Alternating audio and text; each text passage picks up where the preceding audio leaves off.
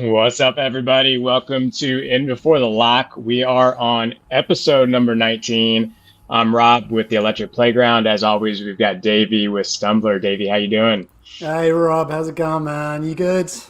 I'm good. I'm good. I'm excited. Like everybody's excited. We are ramping up for Expo. The news is dropping hot from Yep, everywhere. You've got big yep. news. Yeah, big news, So man. It's big news week. Yeah, mad big news 48 week. hours, but well, we're almost through to the other side now, and I'll have a more chilled day tomorrow, so that'll be good. For sure, man. This episode has come together quick over the last week. We've got X-Men, Avatar, Alice is still hot. You're making it hotter. Everything's coming down the line. And you're coming to Expo, right? We've got that coming up in Yeah, about a month. definitely. Yeah, definitely coming to Expo. Really looking forward to it.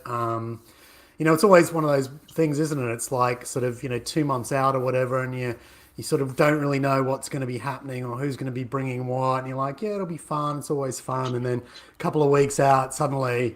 All hell breaks loose. All the manufacturers start sort of announcing their games. We get a game like Mhm. X-Men dropping, which is just blowing everyone's minds. And then suddenly the excitement's just like through the roof. So can't wait, man. It's going to be great.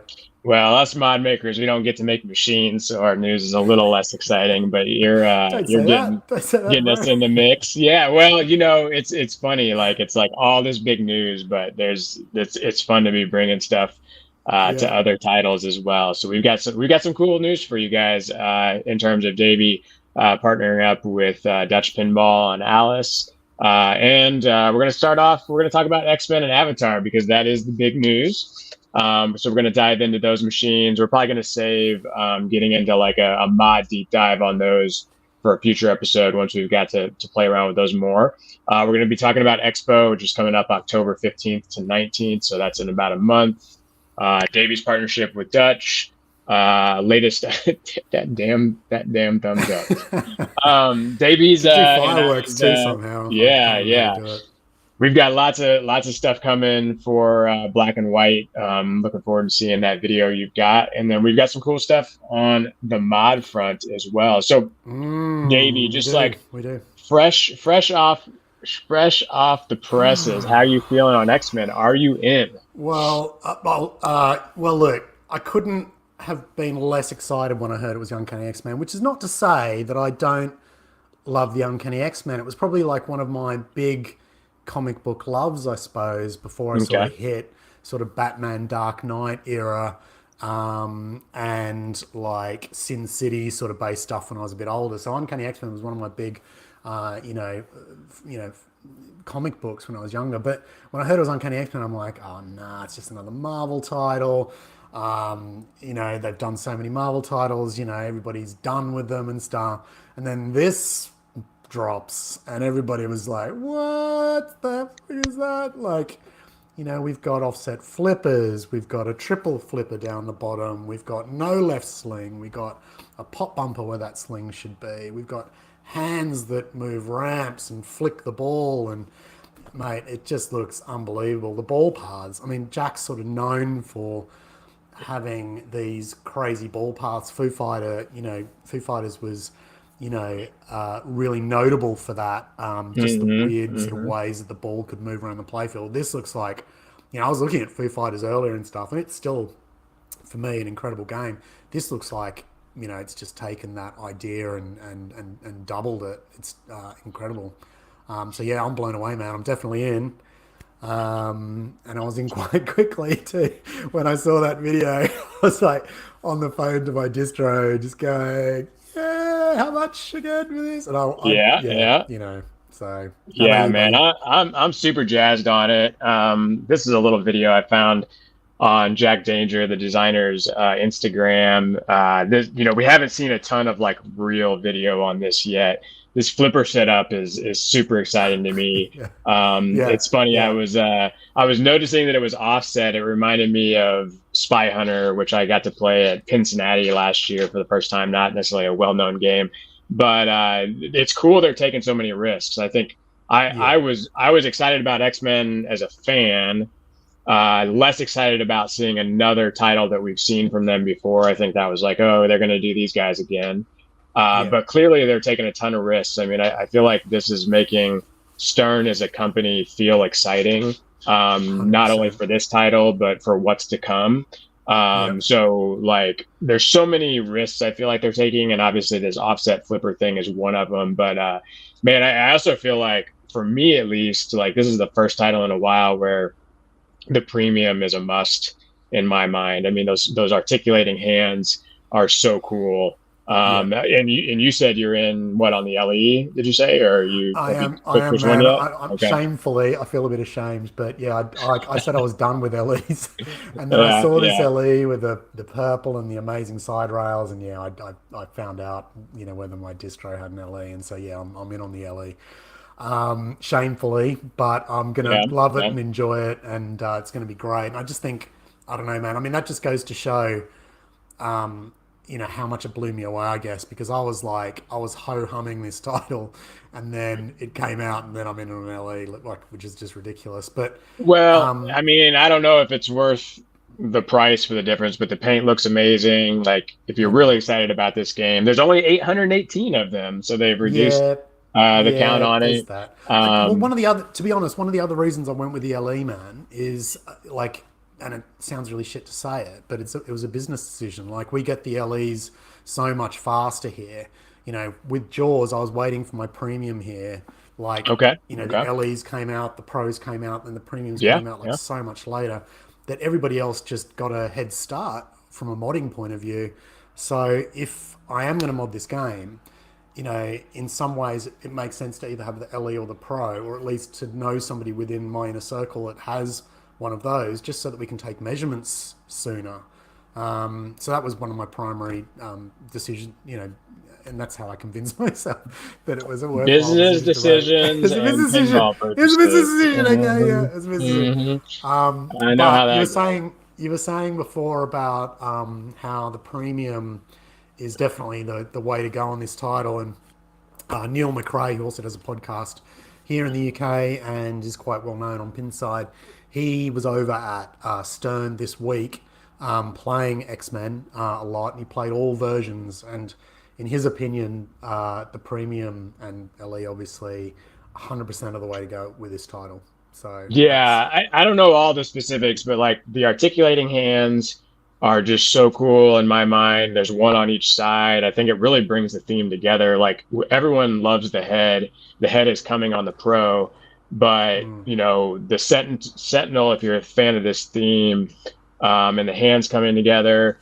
I believe the magnet is on the Pro, and of course you've yeah, it is. got the Yep. Danger Room third flipper, but there is this whole kind of contraption here in the middle that's unique to the premium.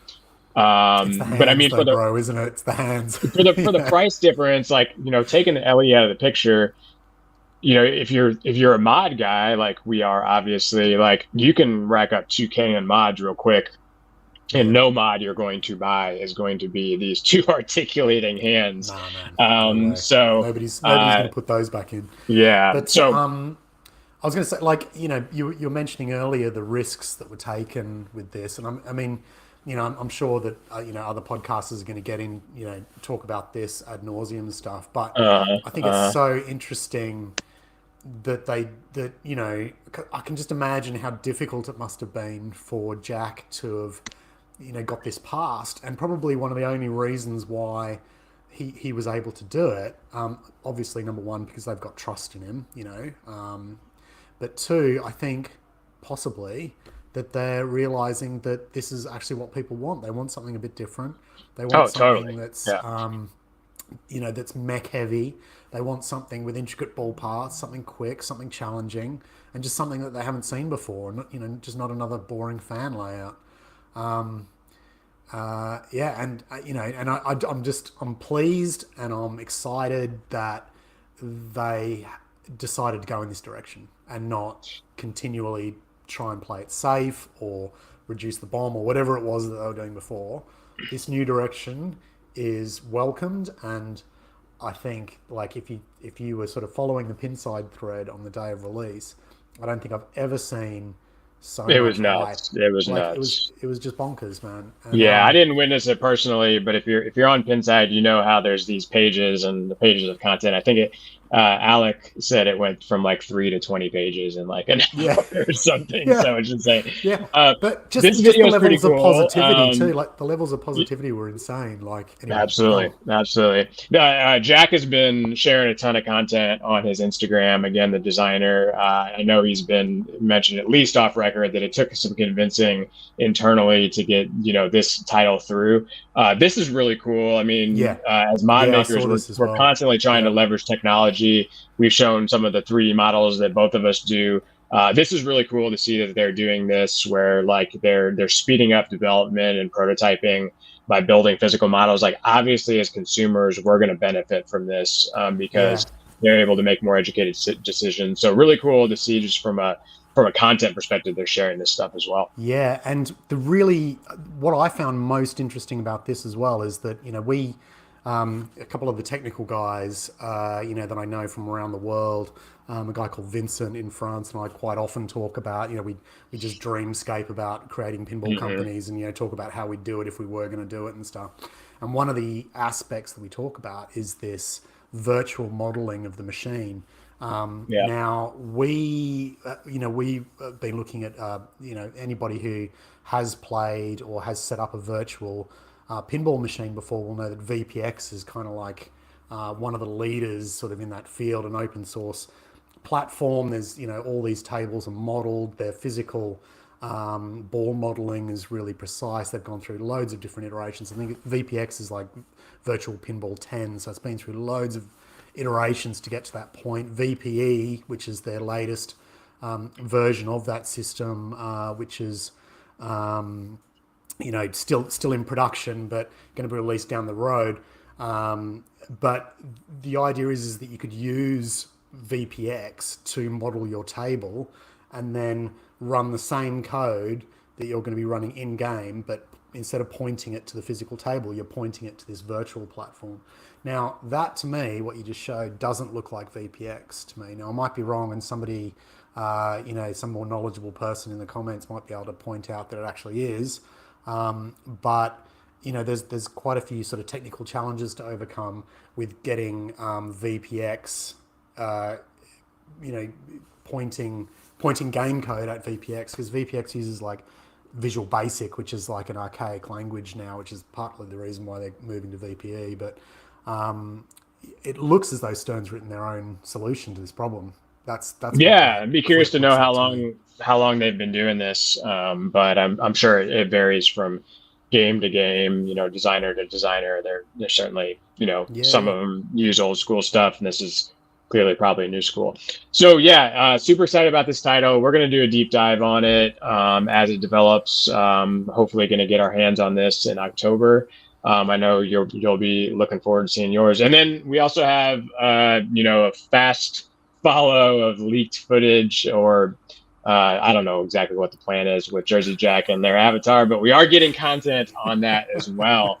Any Yeah. I'll put you on the spot again. Like any Yeah, sure. early thoughts on this bad boy? Well, we had a little bit of a chat about this pre going live, didn't we? Yeah, yeah, way And less to work on here, but it yeah, is evolving. yeah. But we like I don't know. Okay, so okay, start of all, X-Men. We were saying, that I wasn't particularly jazzed about the theme, but I went all in on the LE as soon as I saw the game. Mhm, So for me, mhm. theme isn't a big thing, right? And I thought that X-Men proved that theme isn't as important as what people make out that it is. However, you were saying that Avatar as a theme is a real turn off for you.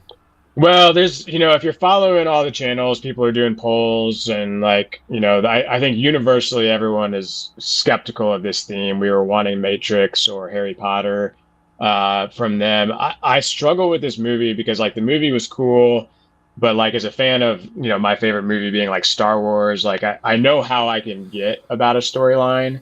And Yeah, it frustrates me that I could give a crap less about Avatar. Like so much so that I didn't see the second movie.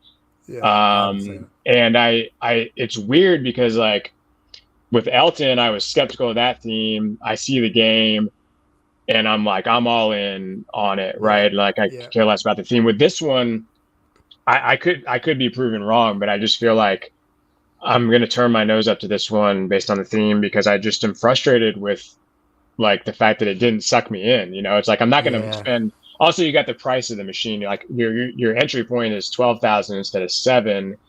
Yeah. I think those two things together makes it tough for me to, you know, care about this. And now we've got X-Men. Yeah, no, exactly. Now, look, I mean, all of those reveals that we've seen so far look to me like the game is going to be lighting heavy. Yeah. Yeah. Now I'm not one to talk because my whole shtick is lighting, right? Like that's my thing. Yeah. Okay, so that's a good shot actually. That one that you've got up there, right? So we've got what looks to be some kind of projector in the game, right? Okay, so what we can see is those floating islands that are in Avatar, and of course, like if you're going to create an Avatar game, they're a really iconic set piece in Avatar. So it's nice that they're in there. But behind them is what I find most interesting. See those like dots of light? Right. So that kind of means they've got like some kind of projector, whether it's like one of those, you know, those I'm not suggesting it's going to be a cheapo disco lamp, but it's got to be something like that, right? Something that projects dots of lights within the playfield. So they've got UV lighting, possibly glow-in-the-dark rubbers and maybe glow-in-the-dark paint at work as well, possibly, or at least UV reflective paint. And then some kind of light that projects light onto the backboard and other areas like that, which is really interesting, okay? But it does look to me as though that at least all of their promo content so far has been focused on those aspects. Yeah, so this is UV and the lighting is definitely the focus. I don't know if this image came from Kaneda originally or how it all came to be, but they basically revealed these two different graphics that I guess they pieced together, and you can actually see how drastic the lighting can be based on their system. And it looks impressive. I mean, don't get me wrong. I haven't actually seen that, but that is JJP has been kind of knocked for being like too much all about lighting. So I think people are kind of saying, okay, like the lighting looks like it's going to be next gen as far as your guys' ability to use it, but we still need to see some mechs, right? And now we've got X-Men that's got like it's still got to shoot good. Well, I think it'll shoot good because they fixed that, right? They fixed it. It's done. Well, okay. You own the game. Did they fix it? No, they did fix it. They did. Okay. Well, look, the flippers are gonna be good. No mistake. The flippers are gonna be great. But is it gonna shoot good? You know, new designer, right? Sorry.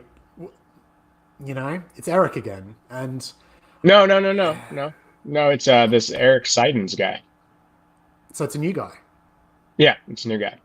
Yeah. Oh, I didn't know that. Okay, that's. Yeah. Well, you're spending too much time making 18-minute videos that I haven't been able to watch yet, and you're not paying attention. We're gonna get to that. We're gonna don't shoot your load too early, man. We're gonna get to that. I gotta say it first. I'm not gonna let you bust me. Okay. I didn't know that. I thought it was gonna be Eric. Yeah. So, no, it's Eric Seidens, I think his name. So a new designer that people I think are excited about. But coming down to all right. Well, the jury's out then, right? So the flippers are going to shoot. But we are definitely going to get to play this at Expo. Do you think? No, I'm 100%. I reckon we'll get to play it for sure. So we got X-Men at Expo. We've got. I reckon what JJP will do is they'll do the full reveal at Expo, much in the same way they did with Elton last year. Yep. And they'll try and steal the limelight that way, which they kind of did, actually. They did. Remember last year, Foo Fighters was out, and it was like 20 machines of Foo Fighters were there, and everybody was playing it. And everybody was like, yeah, JJP going to release Elton at the show, and it's going to be crap. Right. And then the reveal happened, and we're like, it is crap, look at it. What a shit game. And then everybody started playing it, and we're like, oh, it's actually pretty good. Yeah, you know. It happened that way. So this might go down the same way, man. We'll see. Cool. So other stuff going on at Expo. Like we said, we're both going to be there. One thing that I'm extremely excited about, and I think I mentioned this on the last show, is we're going to have Kyle Smet's Friday the 13th, which debuted at TPF, a homebrew, in our booth. Hoping everyone gets a chance to come check that out. And he shared a bit of a hype reel for it. I want to show that to you guys. Yeah, let's check it out. I mean, this game is fantastic, and I think what's really notable here is like he continues to build on it. So he's got some new stuff going on with it. So let's go ahead and check that out. Hold up.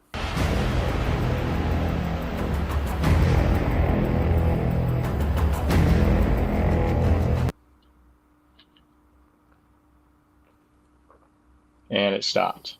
Hype reel problem. I'm gonna have to load it up differently. So we're gonna show that here in a second. Give me a second to load that in. What else is going on? We've got another homebrew in our booth. Yeah, go ahead. Yeah. Oh no. Well, I was gonna. There's actually another question in the chat, but I'm gonna pull that in when the time comes because it'll make more sense. Because otherwise we'll be jumping ahead too much. But yeah, you said that you've got a number of homebrews in your booth. No, yeah. So we've got one other homebrew that hasn't been announced in any way. Going to be in our booth for the very first time. Super excited about it. The shots on this thing are insane. Like, honestly, it's got some stuff that I've never ever seen before. He's attempting to pull off some things that I think are going to really blow people's minds. So yeah. Okay. How did you how did that come about?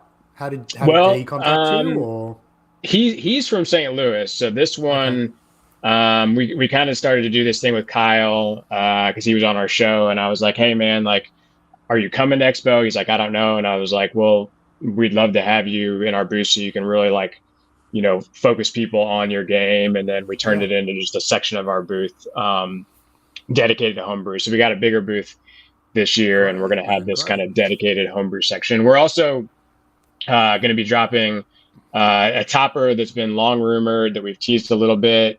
It is an official topper, so we're going to be announcing a partnership that we're doing on this topper. And then we've got another topper that has kind of been fast tracked, and it's got something pretty special about it too. So we got two toppers coming. Cool, man. Yeah, cool. I'm excited to see them. So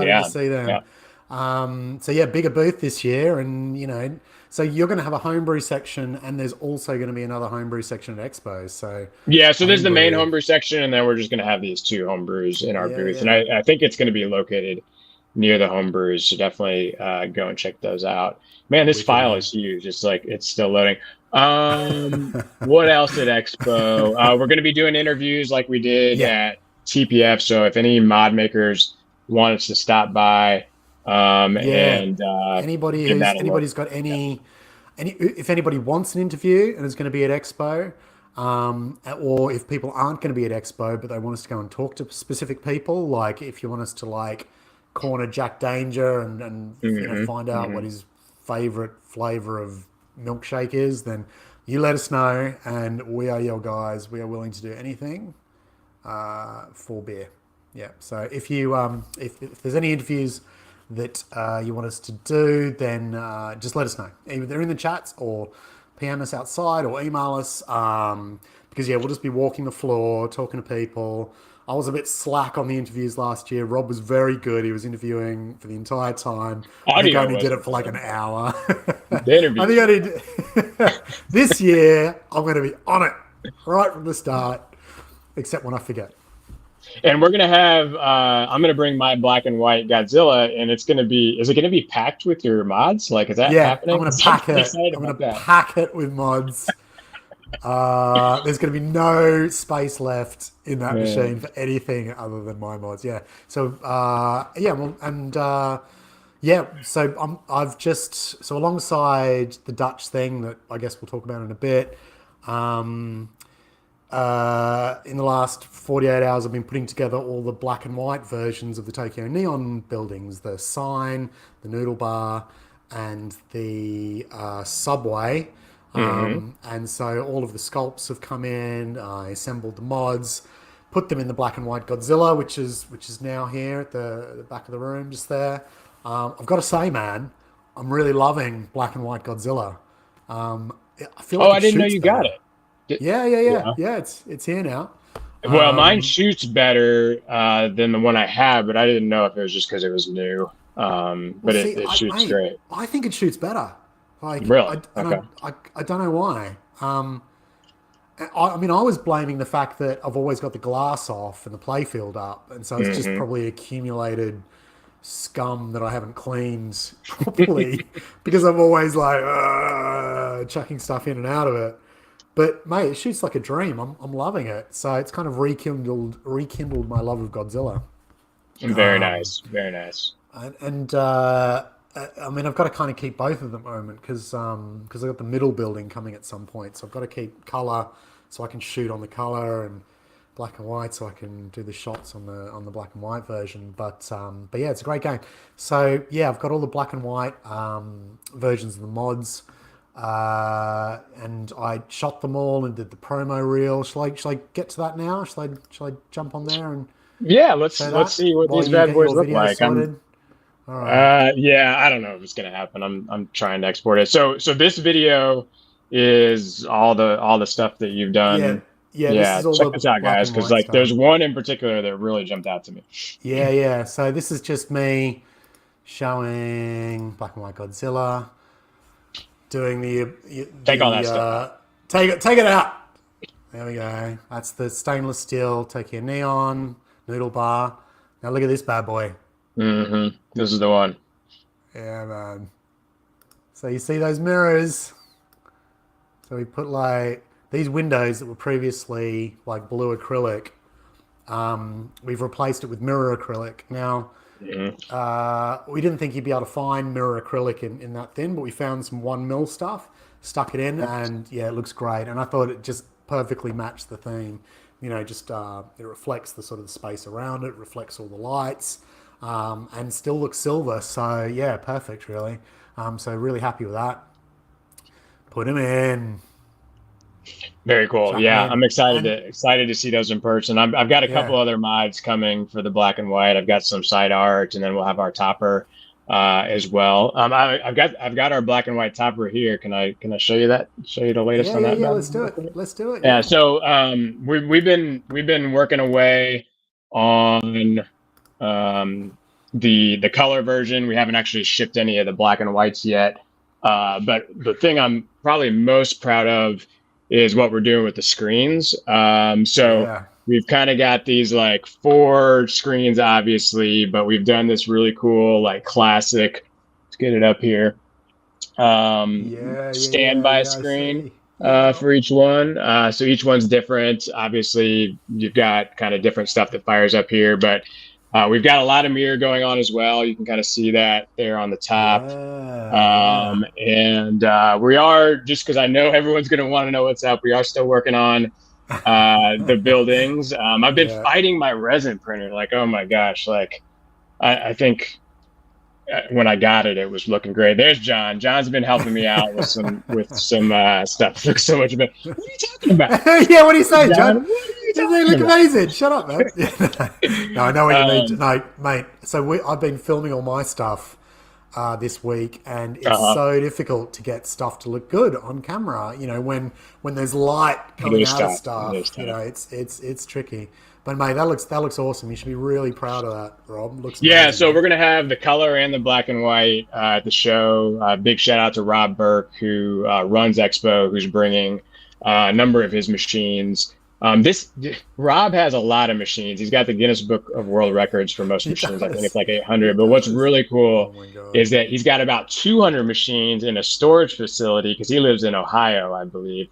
He's got 200 machines in a storage facility just right outside of the Expo area, and he just loads those bad boys in. So that's pretty fun. Okay, cool. Yeah. So Davey, what a character. I'm gonna keep going on my video attempt here because I want to show you guys Friday the 13th. I promise I'm going to do that. Yeah, no, I want to see it. I want to see it, man. I'm not ready. You're not ready? I want to hear about this Dutch pinball partnership that you formed. And I'm just going to leave this up here for a minute while you talk. Okay, so I was okay. Are you distracted? So Rob didn't watch my video before the show, even though I told him to watch my video before the show. Yeah. And then it was about 10 minutes to go before the show, and I'm like, Rob, did you watch the video? And he's like, no, I'll watch it now. And I'm like, mate, it's an 18-minute video. You don't have the time to watch the video now. So he didn't watch my video, even though it took me Nope. all First time Sunday to I've put it seen it. together. Yeah. But he paused my... Look, do this experiment, Rob. Pause my video in some random spot. No, I that gotta find didn't a good work. one. Yeah. No, it's not working. There we go. Anyway, like, I think I paused my video in multiple places All right, yesterday. everyone's Each tired of hearing time. about that. Tell us Okay, what sorry, is sorry, the sorry. high level here on what is going on with this Okay, this man. All major right. news. So, yeah.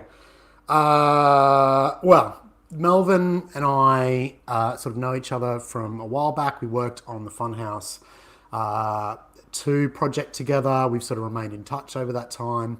Melvin got pulled into Dutch. He's sort of known the Dutch guys for a while. He got pulled into Dutch to do a bunch of stuff. We had him on the show a little while back, and he sort of went into detail about sort of what that relationship meant, and how he got involved with those guys. He picked up all of the assets for the Deeproot after the Deeproot closure, and part of those assets was Alice. Alice in Wonderland, Alice's Adventures in Wonderland. So obviously we sort of chatted with him on the show. It's probably a couple of weeks after that I think I released the Boy of Death, and he got in contact with him and just said, "Oh man, it's amazing, and I love it, and we'll have to use you on a future project." And I was like, "Oh, that'd be great, man. I'd love that." And so he contacted me a couple of days later, and he's like, "No, I'm serious. Let's do something." And I'm like, "Okay, all right, let's do it." So we chatted and we talked about sort of what that meant, and we sort of nutted out the details. And so essentially what that means is that my lolly board, which is the main board that I use, this one that you show on the screen here, the main board that I use for all of our mods in one form or another, is going to be used on Alice to run a bunch of LED lighting that we can't really talk about yet, but also run some servos, which is a brand new feature of the Lolly version 3. You can see the cat that I've got up on the screen here, who I've affectionately called Jabba Kitty instead of Jabberwocky, which is the Jabberwocky in Alice. This is the Jabba Kitty, and you can see that the Lolly now is able to move his arm up and down. Now, the cool bit about the way the new Lolly board works is that not only can you control servos to be like 0 degrees or 180 degrees, but you can also tie the same patterns that the controlling LED strips to control the servo. So those servos can then sort of do this or this or this or this or whatever, and all controlled by those LED patterns. So it sort of gives you like tons of flexibility with how a servo can work without having to like directly code exactly what it's doing. It's just a case of moving sliders and attributing patterns and all those kinds of things. So you can see it's sort of doing a bunch of those things now. So yeah, we're going to put this board in Alice. It's going to do some LED lighting. The lighting that it's going to be doing is is sort of unique. It's never really been done before on a production machine. So I'm really excited about that. We're sort of not really allowed to talk about too much about what that's exactly going to entail yet. But it's going to be really distinctive. You're going to be able to see it from across the room. It's going to be game reactive, so it changes based on what mode the game is in. It'll be reactive based on switches as well. So if you're sort of hitting a particular switch, it could change the lighting like that to react to the switch hits. And it will also enable, customers to implement their own mods. There's one spare port on the board where people can implement their own mods. What you've got up on the screen now is an LED panel. The board can also now run animated GIFs, so you can see a flame effect GIF that's playing from the board now. That's all changeable by colors, so if you load up a flame GIF, you can change it to green or to blue, and then likewise you can trigger it from in-game events. So if you roll over a switch or go into a certain mode, you can change that GIF to be something that's more in tune with that current mode. So lots of exciting new features in the board. This was the comment that came up right at the start of the program, which said, "Very exciting stuff. Congrats. Will the Lolly be available to the community?" Absolutely. This is just going to. This is our new Lolly board. At the moment, it's only going to be available for Alice, but it'll be the main board that it'll be available in all our mods going forward. and it will be sent out as part of our lolly kits that we're making for different games. It'll be the same architecture implemented in all our new mods. So the Bluetooth app will work everywhere. Animated GIFs will be working everywhere. We're already working on a bunch of mods that utilize the servo technology and the animated GIF technology. Jazz Boucher and I are working on something for Foo Fighters at the moment as we speak, which was the sort of the precursor to this work with Dutch. So tons of exciting stuff in the works. And it's just a really exciting time. I don't want to lose the fact of how big a deal this is. I mean, especially for the mod community, just like moving the needle forward on this topic, because we've been talking about it on various shows about how nice it would be if we had more access to data. Like with our toppers, we're doing all these things to get data, and we're doing it in ways that ultimately do have an impact on, our customers, because it takes more time to install them and they're limited. So like, this is as big a deal for us as it is for like Stern to be making more innovative layouts, because it's moving the hobby forward. Congrats to you making this happen. I mean, this didn't come out of the blue. You've known Melvin for a while, but Melvin is now bringing a more forward-thinking platform to the space through a company in Dutch that a lot of people have a ton of trust in. So I see these things coming together, and it's super exciting. Yeah. And thanks for mentioning that, because it's so true. I'm an unknown resource to them. We've worked together a little bit on Funhouse too. So we chatted, we get along really well. He's seen my mods and those releases and stuff, but I've never worked on a production game or in this sort of space before. So for him to have that trust to sort of pull me into the fold, and then to say, we're going to open up game data, we're going to make sure that, you get the information you need, is a real milestone for us as a community, I think. Lior's already working with them and has been working with them for a while. And now both of us will be working on this project together. It's the first time that sort of models have really been pulled in and embraced on a project like this. And it's so exciting for those reasons. And, it shows that, how much Melvin sort of believes in that sort of that modding ethos. And as you say, man, like, getting access to that game data, it's a USB cable between the game and the mod now. There's no hacking, there's no T-splicing, there's no direct sensing. It's like all modes, all switches, all lamps, if you need them, will be getting sent to the board, and you can pick them up and do whatever you want with them. So, for us, it's a really great first step, and I really hope that sort of continues. And if other manufacturers sort of take note and think that that's a good idea and that it's successful and stuff, then wouldn't that be a wonderful thing for us as a community? Definitely. Well, looking forward to learning more about the specifics, and of course, ways to tap into that. We'll be covering it. And congrats on furthering the tech too with the Lolly board. I don't know how much you got into it, because I was converting videos, but the fact that this is updatable via Wi-Fi is big. I mean, we don't have that with our tech. John, who commented earlier, has been doing some, you got to download Arduino and update it and all that type of stuff. So all that stuff really just makes it, that much well, actually, more user-friendly. That is another sort of aspect to it. So previously it has been Wi-Fi, but the new app is all Bluetooth. Right. And the reason why that's so great is because you can just load up your app and then the mods are there. There's no connecting to a different Wi-Fi channel and losing your internet while you're on there. And, when we updated the firmware over Wi-Fi, people would have to connect to their home Wi-Fi. And then you've got password sharing issues and all kind, and people might be in their games room, not have access to Wi-Fi. So there was all these kind of usability headaches that we were constantly dealing with. Well, there's going to be none of that now, so it's a really amazing sort of step in a more sophisticated direction, I think. And, I'm really excited to see where it goes. Awesome.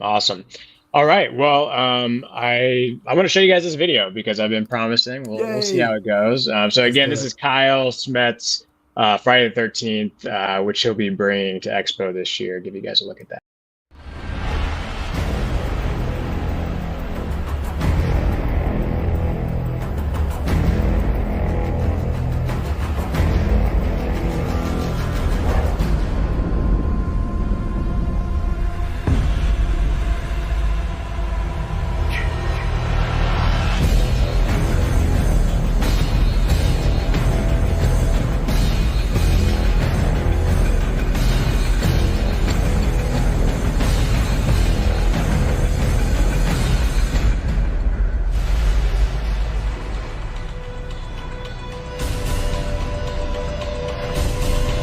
Machete Multi-Ball 1 locked.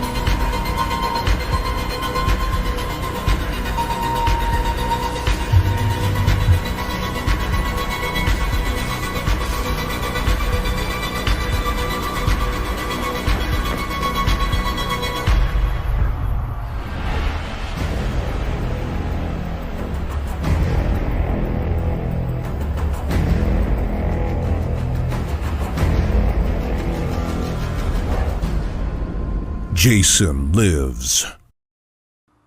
Awesome.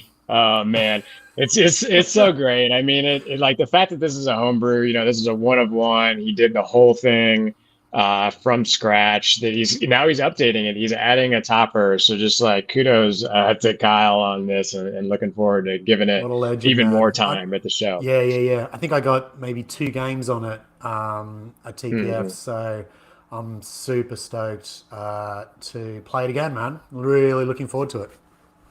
So we've got some mods to show off. Davey, is there anything else, Godzilla Black and White, Expo, that we missed just before we kind of move on? I don't think so. I think we're good, man. I think we're good.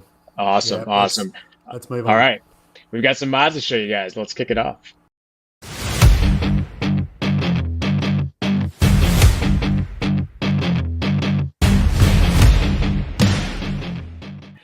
So Davey's been super busy, obviously, and I was responsible for finding the mods this time. And there's one that really caught my eye, and some of it has to do with the fact that, like, for whatever reason, I'm a huge fan of Junkyard. That was a game that I thought about buying whenever I was early in the hobby. It didn't end up happening. But I'm a big fan of it. It's got a great theme. It's got a lot of nostalgia callback, and I saw this mod for it. It's the Junkyard Toaster Gun. The game is about collecting like all these objects, and I had never seen this before. I thought it was really cool. I started I saw this too. I think it was on Facebook, wasn't it? Facebook Mods. Yeah, it's whatever Facebook group that we're all a part of, getting fed the content. So I'd never heard of PP Mods. I sent him an email today just to let him know we were going to do the show. I think he's based in Belgium. Well, I know he's based in Belgium. That's what it says. Okay. But he's got a ton of stuff that I had never seen before. When I hover over this, I'm going to go back.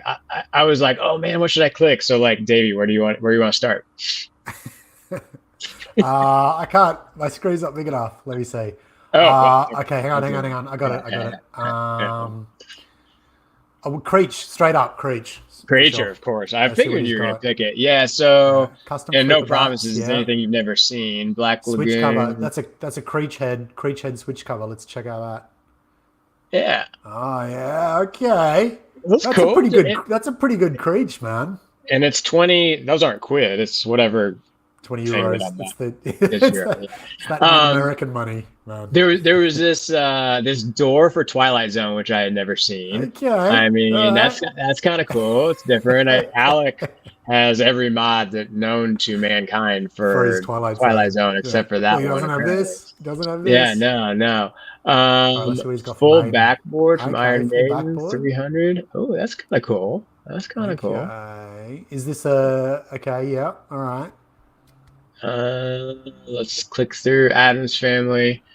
This is kind of cool. New Thing box. That's actually pretty nice. Yeah. Yeah. I think I might have seen this before as well. You saw this one? Actually. Okay. Maybe, yeah. I think I maybe seen that one before. GNR, Top Hat. I mean, it's a lot of the stuff we've seen in different forms. You can get it in different flavor. We got some throwback to Fireball. What's the shadow got? The shadow, flipper bats, and the car. Yeah, so I love kind of seeing this stuff because it's so hard for these guys to, stand out there. So big shout out to PP. PP Mods, yeah, and a company, a dude that we've not seen. Hey, look, Kyle's on the stream. Hey, Kyle. Hi, Carl. He probably just tuned in for his video when his video We played it. His finally video dropped. Yeah, somebody mentioned the 3 gigabyte file finally you sent converted. me caused some problems, Yeah. but Kyle, compress that shit before you send it, man. so then I've got a little bit more to share. So one of my first Godzilla mods was from Sleal. He's Sleal 16 on on Pinside. This is the mod. I was a huge fan of this one. It was one of the first Godzillas, but it also, like, for me, was like really on point with Zombietti's interpretation of Godzilla. Yeah. So I recently sold my Godzilla color to get the black and white, but I did ship this off with it. So I reached out to Sleal and I was like, hey man, like I'd love to get a black and white one. And he's been kind of doing his own thing, been kind of checked out of the mod space for a little bit, but he's been working on an update. So I just kind of want to share this with everybody. He's not even sure he's going to bring it to market yet, but it is fun to work with a mod maker, which I know you get to do quite a bit. So we're kind of talking about how to make this one different from all the ones that are out there, because there are so many, including is it Jazz Boucher that does one? Yeah. He's just released his black and white version as well, both for the Topper and the Atomic Godzilla as well. That's in the black and white thread. Actually, I might try and bring those up while you keep talking about Sleal. So he's not convinced he's going to bring these to market then. No, well, I think he is, but he's thinking about whether to do lighting or not on it, and obviously that's taking it to the next level. But I really like how this is coming together. I'm all about his Godzilla, so I'm definitely going to be picking this one up. But if anybody's interested in this, it's Sleal 16 on Pinside. Reach out to him and just let him know your thoughts. He did want me to note that this line here down the middle is just part of the early prototype that won't be there. But he must be fighting his resin printer just like me. What do you I know Jazz Boucher just did the Topper one. Does he have anything new or? Well, let's quickly show. So I just managed to pull up. These are Paul's black and whites that he's sort of, we've been having conversations. Obviously I've just released the black and whites and stuff, but well prior to that, we're like, God, do we do anything for them, or do we just try and convert what we've got to sort of match the black and whites? And both of us actually weren't sure how well the black and white was going to sell. But both of us received so many messages about doing them that it sort of became, just to stop rewriting the same message to everybody. It was worth just doing something just so that we'd be like, yeah, it's on the way. We're going to do it. And, and it's commercially viable. I mean, I think that probably both of us will maybe do 100 or 200 mods out of it, which is fantastic. And, it just goes to show that the black and white's been a really popular title, probably much more popular than a lot of us expected that it would be. And, as we were sort of saying earlier, I'm really impressed with how it shoots. It seems to shoot better than my color. And, I think it's still got a fair bit of buzz about it. The thread's still buzzing. A lot of mod makers are coming to the party and creating mods for it.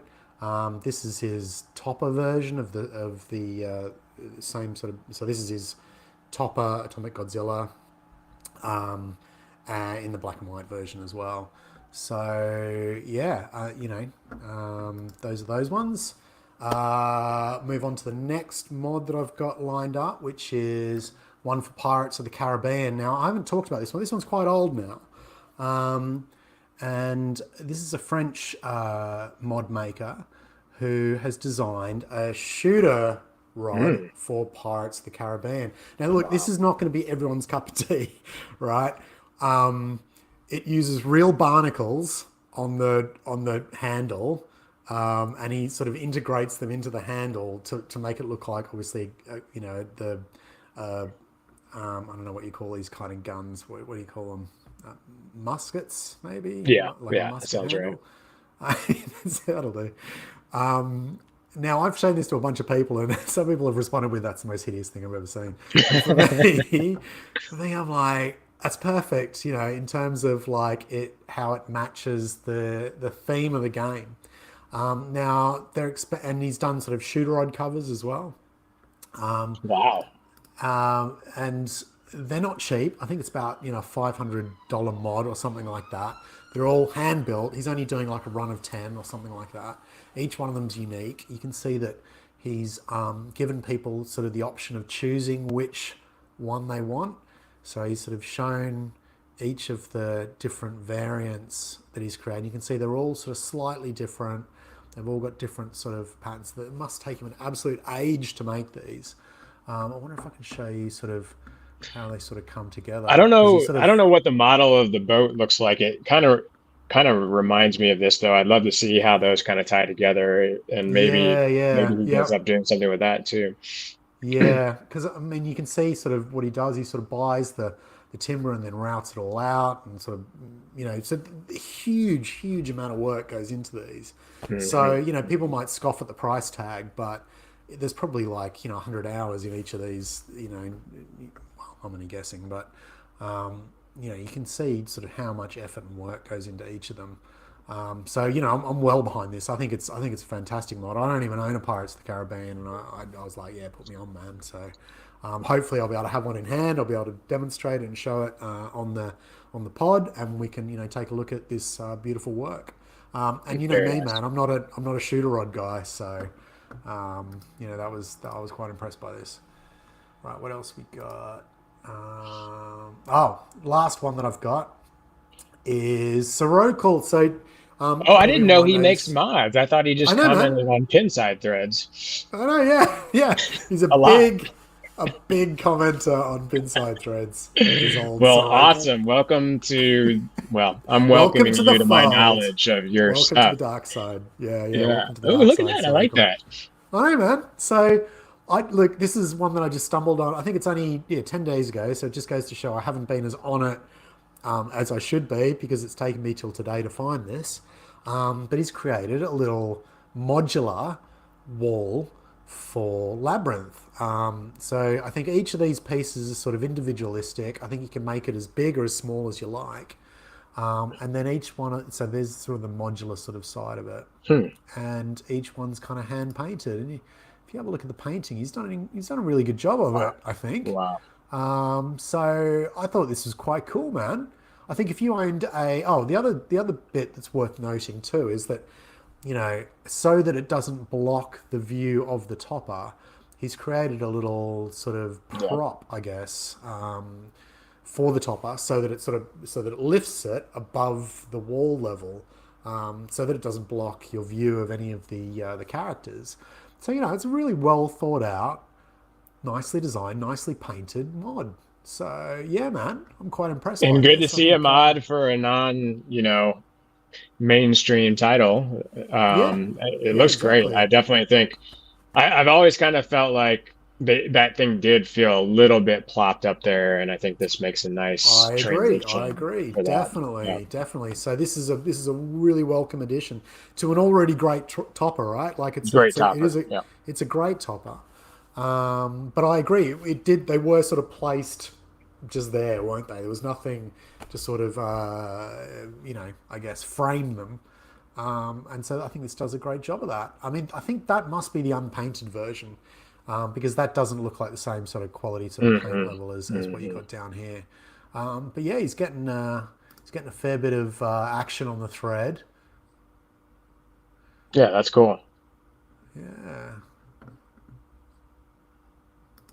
You don't have this game, do you? I don't. No, I don't have Labyrinth.